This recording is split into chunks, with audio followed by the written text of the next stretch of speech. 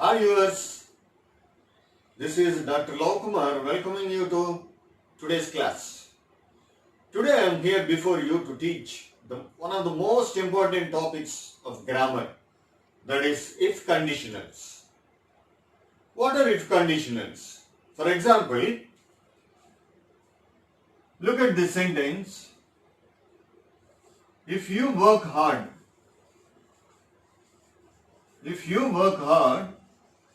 you will succeed. My dear viewers, if you look at that sentence, there are two clauses. This is main clause. If the action in this main clause, if it is to take place, this condition is to be fulfilled. If the action in this clause is to take place, then this condition is to be fulfilled. That is why we call them if conditionals.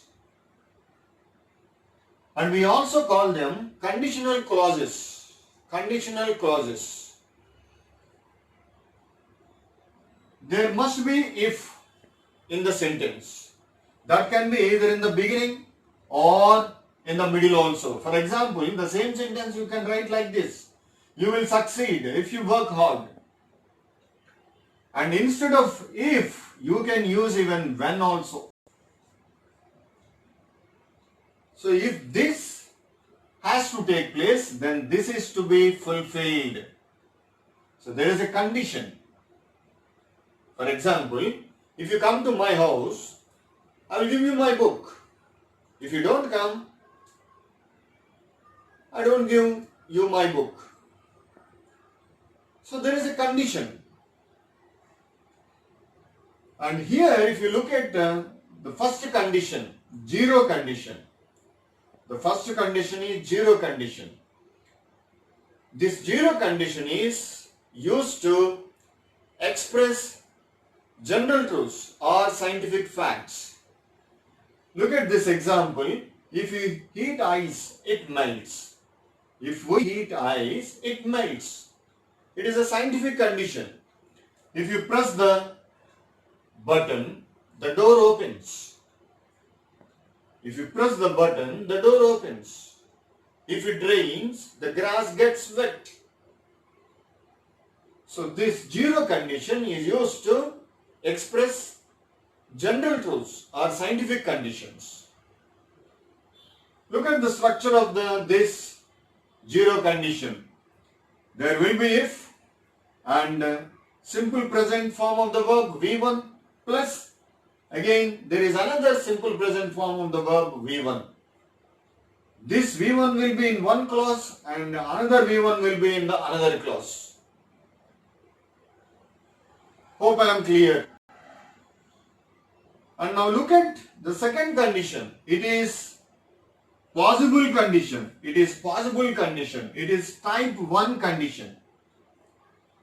Possible condition. There is a possibility. There are chances to happen.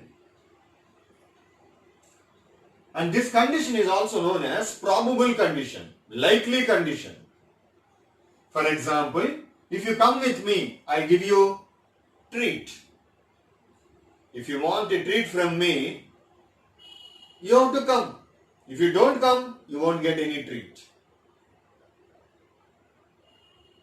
If you give me your mobile, I'll give you my bike. If you don't give me your mobile, I don't give you my bike. So there is a possibility. If this is fulfilled, this will take place. If this is fulfilled, this will take place. I'll give you treat if you come with me. The structure of this possible condition is if plus present simple form of the verb V1 plus will or shall or may or can plus another simple present form of the verb V1. This is the structure of possible condition.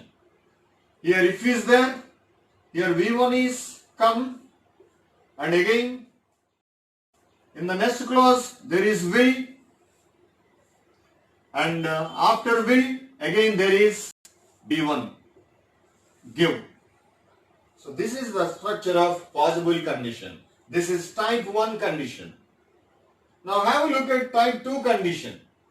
This type 2 condition is known as unreal condition. It is unreal condition. It is also known as unlikely condition, imaginary condition. This condition is possible only in imagination. It is not real. For example, if I were a king, I would make you a queen. I am not a king, and I cannot make you a queen. If I were Prime Minister of India, I would reduce taxes. I am not a Prime Minister, and I cannot reduce taxes. If I were a millionaire, I would give you money. I am not a millionaire, so I cannot give you money.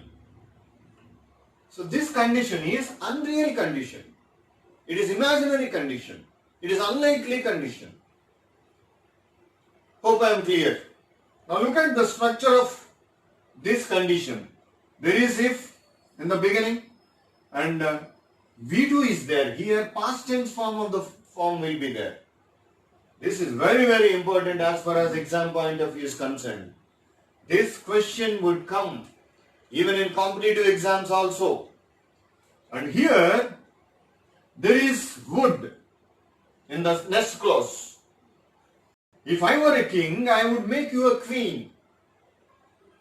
If I were a hero, I would make you a heroine. Like that. And look at the next condition. It is type 3 condition. It is unfulfilled condition. Unfulfilled condition. This did not take place. This did not happen.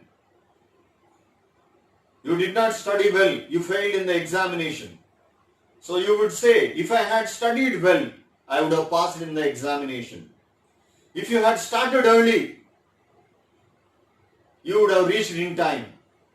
You did not start early, so you reached late. So look at this example. If she had started early, she would have reached in time. If she had written a letter, or if she had sent a mail, her parents would have sent her money. She did not write a letter, she did not send a mail, so her parents did not send money. So this condition did not take place. It is unfulfilled.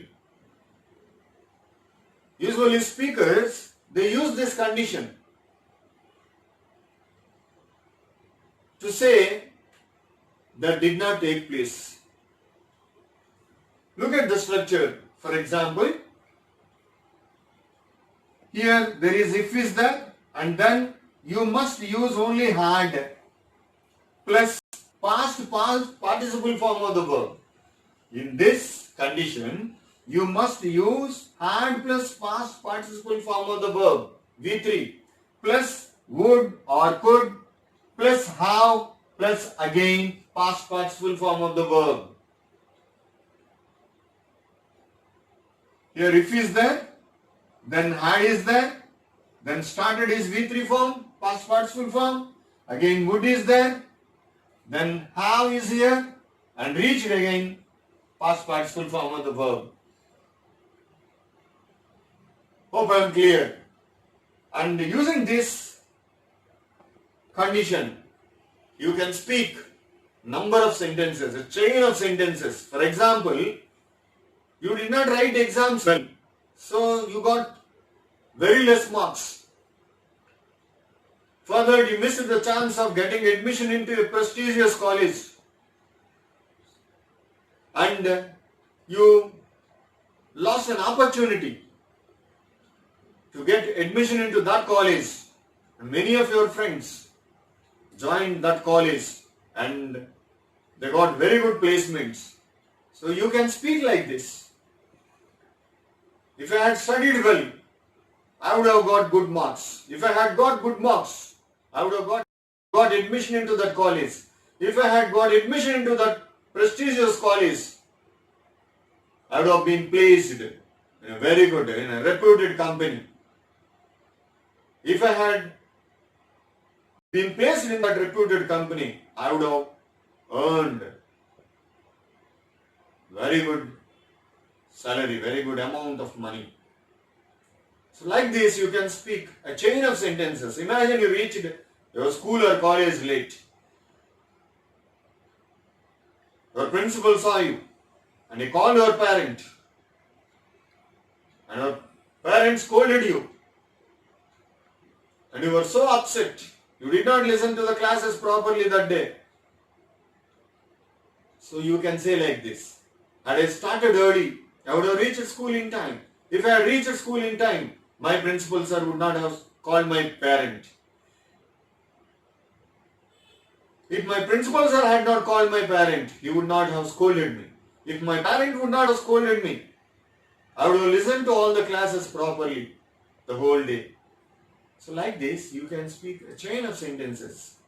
My dear viewers, this if conditionals are very, very important as far as editing and omissions are concerned. As far as editing and omissions are concerned, this if conditionals are very, very important. Sometimes you would get a question like this.